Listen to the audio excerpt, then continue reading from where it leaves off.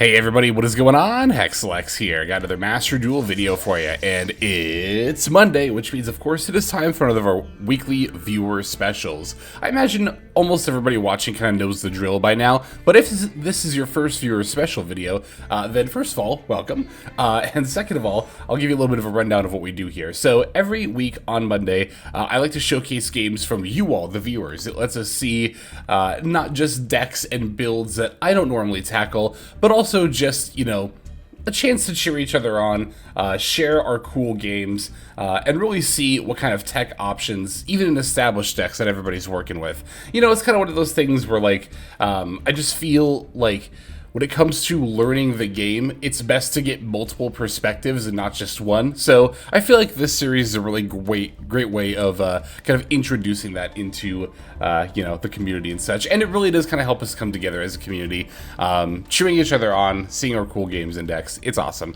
If you want to get in on this, then you're going to head down to the description below. You will find a link to the Discord server, the Hexlexplex. There, under the Master Duel section, is going to be a channel called Viewer Special Submissions. Main bit of info you're going to want to leave there is your 9-digit player ID, so that way I can view your publicly saved replays. Please do make sure that this number is entered correctly and that your replays are set to public. Those are definitely the two things that stop me from viewing people's replays the most, because I do go through and watch pretty much everything that comes in. So even if you didn't get featured, one, we always have a next week's special, and the week after that, so on and so forth. And two, even if you didn't get featured, I very likely watch your game, especially if it's a deck I'm personally interested in. I definitely make it a point to check out lists and games for sure. But yeah, I think that pretty much covers it. Oh, the only other thing is that you could definitely do multiple submissions for different games. That's completely fine with me. If you got 15 different replays, you can submit 15 different times. That is perfectly okay with me. The only thing I ask is that you don't submit the same game over and over again, but we never really had a problem with that, so I think it'll be fine. But yeah, I think that's enough for now. So let's go. Yeah, if I can talk, let's get into your replays. All right, our first replay comes to us from Omazio. Hopefully I said that correctly. Also goes by Optimus Prime, AWP, and then Optimus Prime. Yeah, good stuff. Anyway, we have a game here where for this deck, we're going to be on, looks like, Primite Red Eyes with a Metalmorph engine. So obviously with the Red Eyes archetype, there's a ton of different ways that you can build it because there's so many different variants of Red Eyes support. But yeah, it looks like here we are focusing on some of the more recent support, which does seem to be pretty powerful, especially, of course, we all know how good the Primite engine is by now. As for our opponent, it looks like they're going to be on a Sky Striker deck. And yeah, just looking at this here, it looks like a fairly typical Sky Striker deck. So, alright, let's check this out and see how this plays. Yeah, that's like the thing with Primite. It's one of those engines that's so cool, because it really makes you look over like every vanilla monster and try to figure out like, okay, does this have an application? It's really, really cool. Alright, so we're going first. This opening hand looks pretty solid. We've got the we got the lead into our Metalmorph engine as well as our Red Eyes engine. Metal Dragon for Striker for the Darkness Metal Dragon, bringing back the Black Metal Dragon. Incoming Machine activating here to grab Max Metalmorph. We're going to leak off our two Red Eyes monsters on board. Well, Black Metal Dragon's not technically a Red Eyes monster, but you know what I mean. Going into the Vert Anaconda, we get another search for a Red Eyes card thanks to the Black Metal Dragon.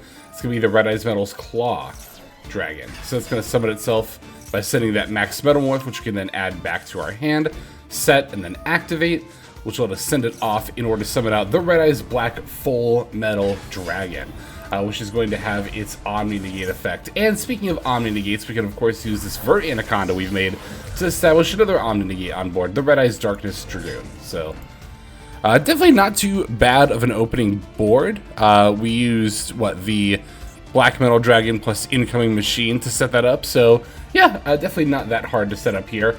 Again, the Red Eyes Black Full Metal Dragon has the ability to negate the activation of opponent's card or effect. Then you can inflict damage to your opponent as well, which is nice. And of course, Dragoon can negate stuff, destroy it, and also gain attack points when it does. So that, in combination with the Veiler and the Callby, seems like a pretty good setup to me.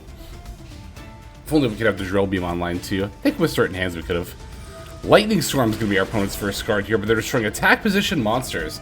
It seemed to be woefully unaware of the fact that 1, Red Eyes Darkness Dragoon cannot be destroyed by card effects, and 2, I believe it is the Max Metamorph that, yep, is protecting our monsters from, or our Darkness Metal Dragon in particular, our Full Metal Dragon, from spell cards. Spell or monster effects specifically, so... yeah. A little bit rough. That Lightning Storm not really accomplishing anything there for the opponent, but... going for Hayate. We're going to Valor, presumably as they go to end their main phase and enter the battle phase. Looks like they have a call by for said effect Valor.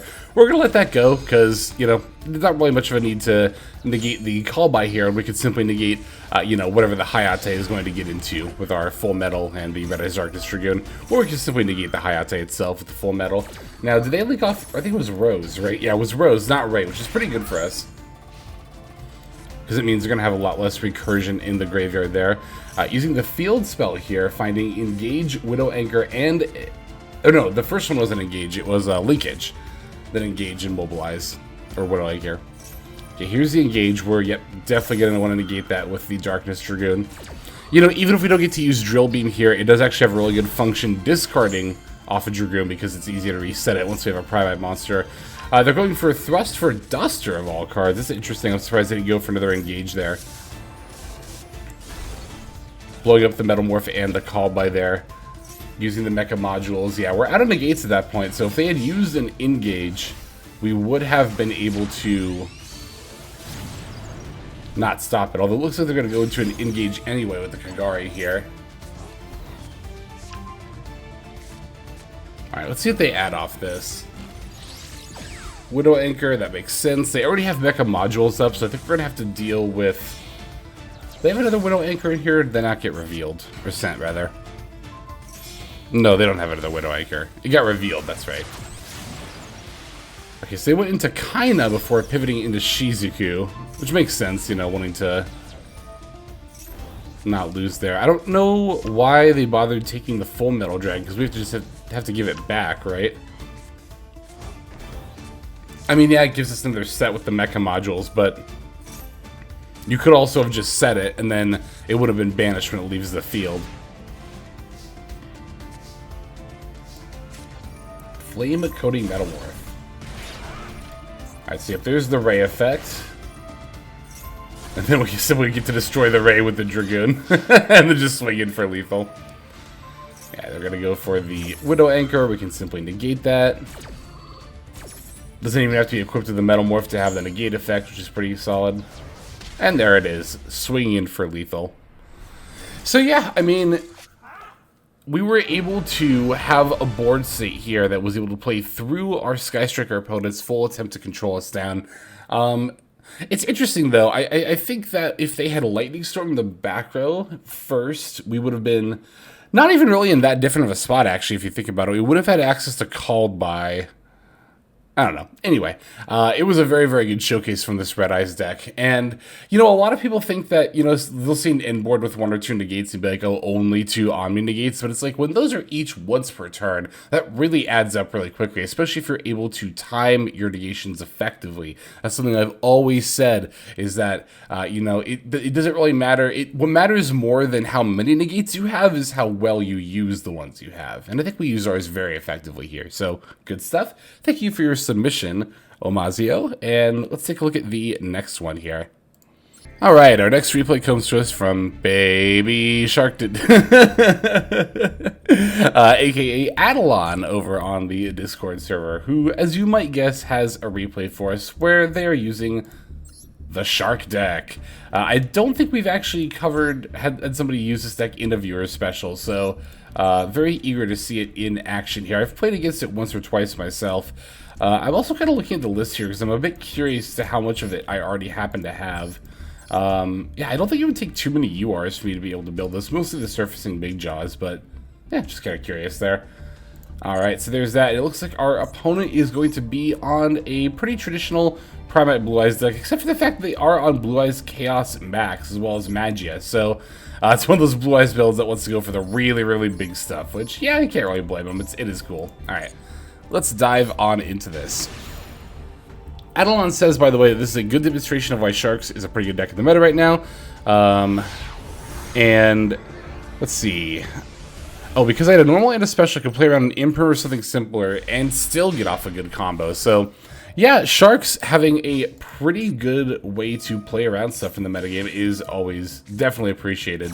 I feel like that is more than a lot of other things, kind of like a determining factor of a deck's strength in this particular metagame is how well can you push through 1 or even 2 hand traps. Here we got Ash and we could still go, and yeah, according to Adelon, we could have gotten Impermed and still comboed out here as well, which is really cool. Yeah, the surfacing Big Jaws is so good.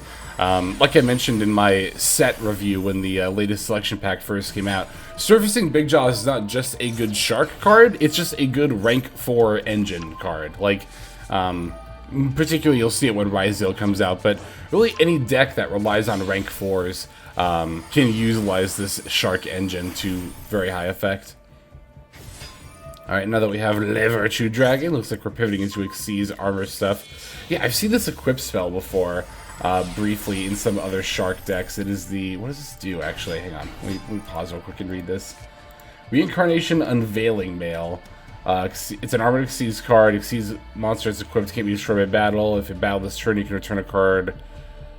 You can return 1 card equipped to this card to the hand, then immediately after this effect resolves Xyz, summon a water Xyz monster. Interesting. You can equip it to Xyz monsters if it's in the graveyard. Okay. And then Virtue Stream, this is what the Le Virtue Dragon searches, which is kind of like a Sword Soul Blackout looks like, which is pretty cool. Going into Stealth Kraken as well. Another thing Adelon pointed out, which is a very good point, is that Stealth Kraken is actually a pretty decent floodgate in this meta because it makes everything water. So for Fiendsmith engines where they have to use light Fiends specifically, they're actually not able to go into Fiendsmith extra deck cards while Stealth Kraken is in play, which is really cool. Right, there's the Ether Barrel. We're going to immediately flip up the full armored Xyz, which will let us, of course, rank up our Xyz Armor Fortress into the black armored Xyz Lancer or something like that. Full armored Dark Knight Lancer, that's what it's called. Their Ether Barrel is setting Drill Beam and not Lordly Load, which means it must already be in hand, but we're just going to use our Virtue Stream and be done with it. Yep, there is the Lordly Load, adding another Ether Barrel from deck to hand, but they've already used their normal summon, so, okay, yep, now they're pivoting into Blue Eye stuff here. Got the Maiden in White, we have the Call By to stop that, and we are still looking really good, as we still have some more Disruption on our board that we haven't used yet. You know, we have the equip ability of the full armor Dark Knight Lancer, which looks like we're actually about to make use of here. And I think we also have, does the Stealth Kraken have a quick effect too? Yeah, you can destroy water monsters, which of course it makes everything water monsters. So the idea here is that once Lordly Load would have resolved, Blue Eyes would have been put on the field, then on a new Chain Link, Dark Knight Lancer would have attached the Blue Eyes as a material. And then, yeah, we still have the ability to destroy our opponent's monsters with the Stealth Kraken, too. So, yeah, I mean, you know, when it comes to end boards, the end board here was looking pretty solid. And, again, with the ability to play through multiple hand traps, I mean, what more could you ask of a deck in this meta? So, very, very good showcasing of what Sharks are capable of. Thank you very much, Adelon. We have one more game that we're going to check out. Let's finish off with that one. And finally, our last replay for today comes to us from Runixy YGO, who has a game where they're on Fiendsmith Azamina Snake Eye, which they say, if it ain't broke, don't fix it. Even if it's not the best variant, it's still working out very well, and I definitely agree. You know, I haven't used Azamina Snake Eye in a minute. It's not been too long, but I will say that I kind of want to give it another shot in the current metagame.